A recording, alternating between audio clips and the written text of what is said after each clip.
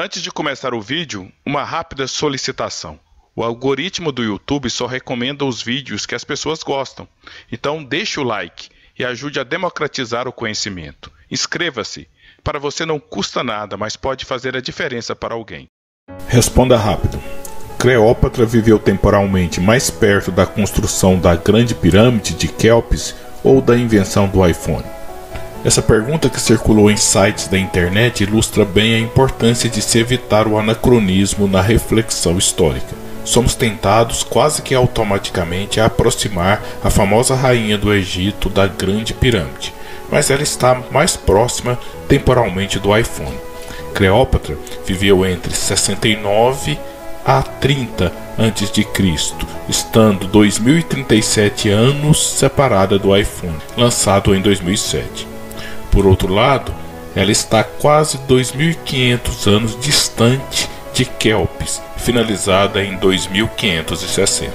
Cabe aos historiadores colocar as personagens e os acontecimentos históricos no seu devido lugar no tempo, sem misturar épocas e lugares. Para muitos, isso é uma tarefa irrelevante, mas ela é fundamental para uma compreensão correta dos acontecimentos humanos no passado. Um simples objeto ilustra isso bem: o estribo de cavalo. No famoso filme Gladiador, os soldados romanos aparecem usando estribos nos cavalos. Contudo, esse importante componente da montaria só foi difundido no Ocidente durante a Idade Média, nos tempos de Carlos Magno. Pode ser que alguém considere a cena de romanos usando estribos em seus cavalos um mero detalhe sem importância, mas a sua ausência é fundamental para a compreensão do surgimento do Império Romano. A máquina de guerra romana era baseada na infantaria. Grupos de soldados, armados de espada, lança e escudo, altamente disciplinados, foram responsáveis pelo mais formidável exército da antiguidade. A cavalaria era secundária, servindo de apoio à infantaria. Mas o estribo mudaria tudo. Com o estribo, os soldados podem permanecer firmes montados nos cavalos e manejar a lança, a espada e o arco. O estribo possibilitou quebrar uma tradição de milênios e colocar a cavalaria como mais importante do que a infantaria, como era o caso da cavalaria medieval e a cavalaria mongol de Gengis Khan. É possível até especular que, se o estribo fosse conhecido na antiguidade, talvez o exército romano não tivesse sido tão espetacularmente invencível. O estribo tornou-se tão importante para a arte da guerra que originou a expressão perder a estribeira, uma metáfora usada em referência a quem perde o controle sobre seus atos.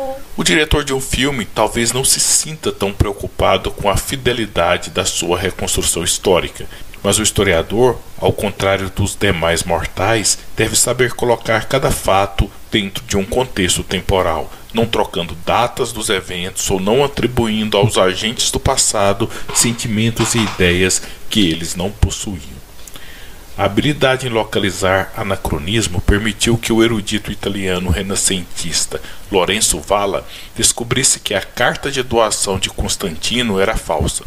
Esse documento medieval dizia que o imperador romano, no seu leito de morte, doou o império à Igreja Católica. Valla espertamente percebeu que o documento foi criado em uma época posterior por alguém que não conhecia quase nada da história romana antiga, pois chamava os senadores romanos de sátrapas e afirmava que Constantinopla era uma cidade cristã. O falsificador misturou instituições persas com as romanas e não percebeu que nem sempre o mundo europeu foi cristão. Mas se o anacronismo é o pecado mortal do historiador, todo historiador comete algum tipo de anacronismo ao estudar o passado. Isso acontece porque a finalidade do conhecimento histórico é traduzir o que aconteceu no passado para as gerações do presente. E essa tradução implica numa certa distorção dos fatos por meio da sua interpretação conceitual. Quando dizemos que a Grécia e Roma são civilizações clássicas, os romanos e gregos nem imaginavam que eles seriam clássicos, muito embora devessem ficar orgulhosos em saber. O conceito de clássico é usado por historiadores para mostrar a nossa admiração pelas realizações dessas duas civilizações. Por outro lado, os europeus que viveram no primeiro milênio da nossa época nem imaginavam que eles viviam numa Idade Média. O cavaleiro truculento poderia até retrucar: Idade Média é sua mãe. Afinal, todos almejamos viver acima da média. Idade Média, gótico, barroco, mercantilismo são expressões comumente usadas por historiadores atuais, mas que seriam consideradas um insulto pelas pessoas às quais esses conceitos são dirigidos. São termos que anacronicamente expressam os nossos preconceitos sobre uma determinada época do passado. Vários componentes de importantes matrizes teóricas da história reconhecem que é impossível ter acesso ao passado sem contaminá-lo com os nossos interesses anacrônicos do presente. Mas quem escancarou a presença do anacronismo no conhecimento histórico foi o italiano Benito Croce, quando afirmou que toda história é história contemporânea, frase que indica que estamos pensando sempre em coisas relevantes para o presente, mesmo quando estudamos um passado longínquo. Se muda o presente, mudamos o nosso interesse pelo passado. Mas e aí? Pode ou não pode usar o anacronismo na história? Tecnicamente não pode, mas é impossível evitá-lo completamente.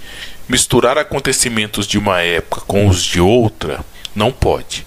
O filme 10.000 mostra grandes mamutes ajudando na construção das pirâmides e egípcios comendo milho, o que é um sério anacronismo histórico.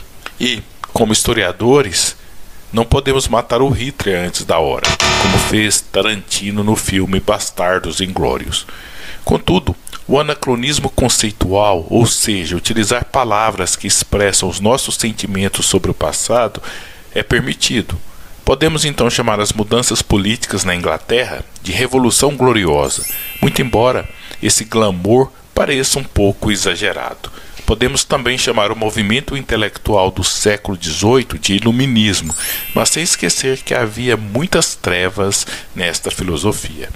Podemos chamar os socialistas do século XIX, que não desejavam uma revolução violenta, de utópicos, mas sem esquecer de que toda teoria de mudança social, até mesmo a marxista, tem muito de utopia. O anacronismo, como um bom vinho, deve ser usado com moderação. Doses moderadas permitem traduzir o passado para gerações do presente, mas doses elevadas faz com que o passado se torne deturpado e até irreconhecível. Esse vídeo faz parte da série Os 10 Mandamentos do Historiador. O primeiro mandamento, abordando o anacronismo, pode ser resumido da seguinte forma: não praticarás anacronismo, embora esteja ciente de que toda leitura do passado é uma projeção do presente sobre ele. Olá, se você gosta desse tipo de vídeo, você é uma pessoa diferenciada e inteligente. Então, venha fazer parte do clube, inscreva-se no canal. Eu sou o professor Eliezer e agradeço pela atenção.